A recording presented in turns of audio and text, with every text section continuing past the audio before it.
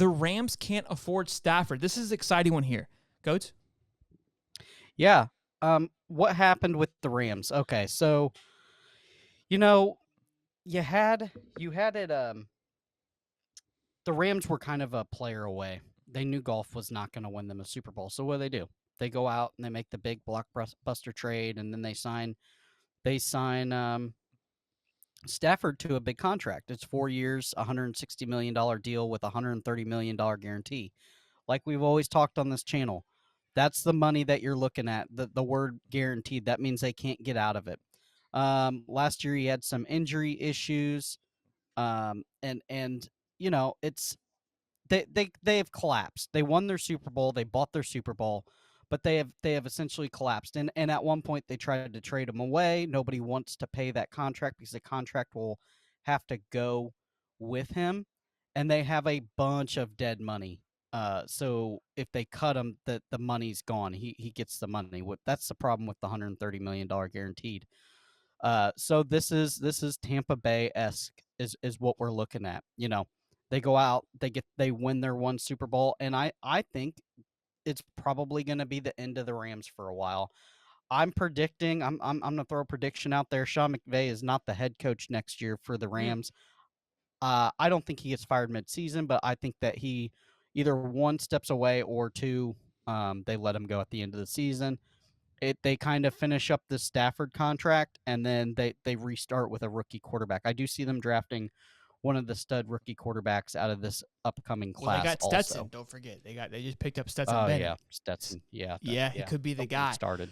So look, you get your little graphic here. It says a deal's a deal. Stafford said to the media because they were trying to renegotiate. And look, he's right. He came in, he did his job. But it's not your fault you put yourself into a bad deal. He's not at a point where he's trying to, Joey Burrow it or Tom Brady it, where it's like, yeah, let me renegotiate my deal so we can go win a championship. He's good.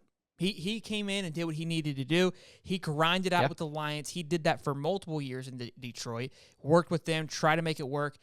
That he is done with that. He cashed in and got his ring. He's good. If you're the Rams, you trade his ass. That's going to be your best bet. You go trade him to Tampa. Look, I know Tampa's in a weird place right now. They probably won't because they just signed Baker, but I'm trying to think of a team that could be best suited. Maybe the Titans, right? You got Will Levis, who probably needs some time to get better. Tannehill, he's like a Jared Goff, right? Where it's like he's good enough to carry you and get you there, but he doesn't have the dog mentality to get you over the hump. If they're close, I could see the Titans making a push for that. Even with the quarterback room being filled the way that it is, they might be a team that could need them later on. I'm trying to spice up some other teams, but hell, the Niners. The Niners could be in a good place with Trey Lance on a trading block. We talked about that last week. With obviously losing Jimmy. Could Brock Purdy come in and still do what he did? We don't know any of that yet. The Niners would be a good trading partner with them, especially because they're built to win right now with Kittle, McCaffrey, Debo. They've got the talent that you need. They just need somebody at the helm to kind of really put them over the hump, because for the fact that they've almost made it to the Super Bowl the last 2 or 3 years and they just haven't been able to get there, reminded me of what the Rams were with Jared Goff. So, look, the question, too, that we're asking, was it worth it? Was it worth the big trade and spending all the money? Because, like you said, it's a complete reset. They have lost everything. They spent all this money, and now they're upside down. And the only way it seems like to get ahead of things is you got to start all over again. Was it worth it? I think it was. You won a Super Bowl.